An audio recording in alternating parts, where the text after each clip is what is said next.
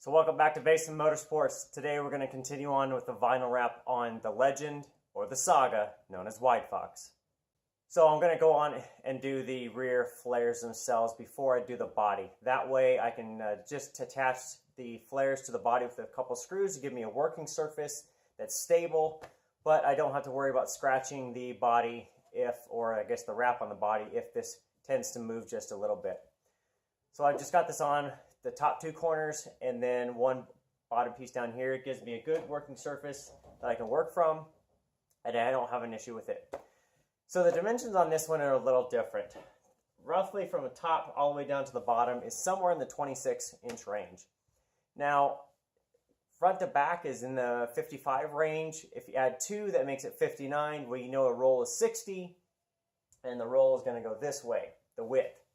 So what I ended up doing was taking a 60-inch piece. Now this is the length of the roll. I cut 60 inches off, and then I've taken that piece that was now 60 by 60, and I've split it in half.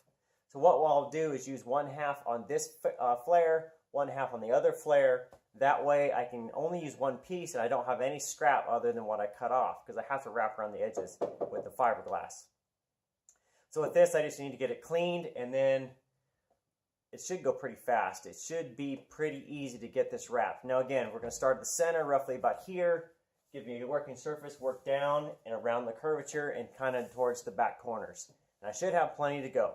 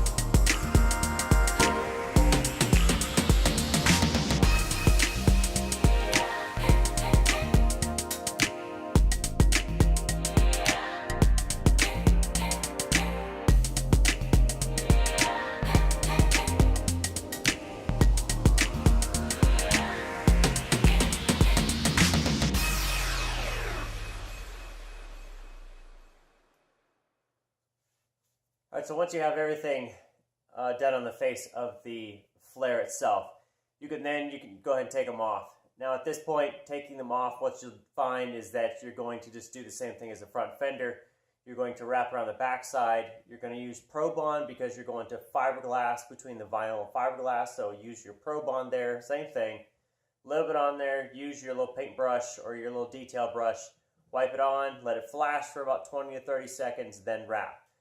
Remember, you're going to give yourself about ½ inch of material on the fiberglass itself to bond to the Pro Bond, and then anything beyond that you can just trim off with a razor and you'll be good to go.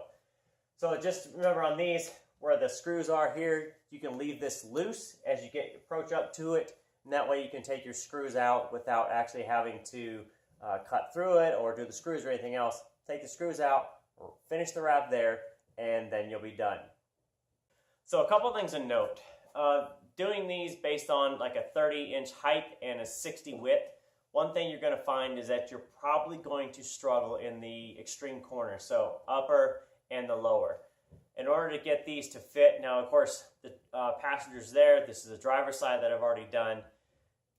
Wrapping in the corners was extremely difficult. It was really stretching the material, and because this is color change, where normal color is 20% before it whites out, like I showed you on the hood, this is going to be 10%. And I can tell you there's a couple places on here that I overstretched it, and you can see a slight change to it. So just keep that in mind, that your 30 tall by 60 length is about probably the minimums you want to do. It's going to be difficult in the corners, and if you don't balance your material top to bottom, left to right just enough, you're really going to have to stretch it, and you may have to patch it. I had to patch it on one of the bottom corners on this side because I didn't have it balanced enough. There's too much material on the front, not enough on that back far corner, and I used a very small patch. Now again, you're not going to see it, you're not going to recognize it. I know it's there because I did it, and just be careful with it. If you don't feel comfortable running right on the edge of a 30 by 60, go with a bigger piece, however you want to do it. If that's a full width top side and you're going to cut off some to go beyond 30, or if you want to do a bigger piece than 60, maybe like a 62 to give yourself an extra inch on the back. Totally up to you. I'm telling you, 30 by 60 is going to be really close on the edge to make this fit. Alright, so if I get out of the shot as best I can, you can kind of see the cars really starting to come together. Doors, fenders, hood, cowl, rear flares are there. All I need to do now is the two main quarter pieces, which will wrap down into the jambs. I'll show you how I'm going to do that. A piece off of that will go down to the sill, because I remember I talked about the strategy of how to wrap your jambs and all that, and what you're going to do over each piece. I'm going to show you how I'm going to do that, and then the roof is about almost done. Of course, I still got to do the bumpers, don't I? Still got to fix the bumpers. So, we're almost there though. Hang tight. We are almost there. 2 quarters, a roof, 2 bumpers. So I guess, what, 3 videos more? Quarter, roof, bumpers? Maybe 4 more videos. 4 more videos, this will be done, and I will do a full video showing you the end result. Hang tight.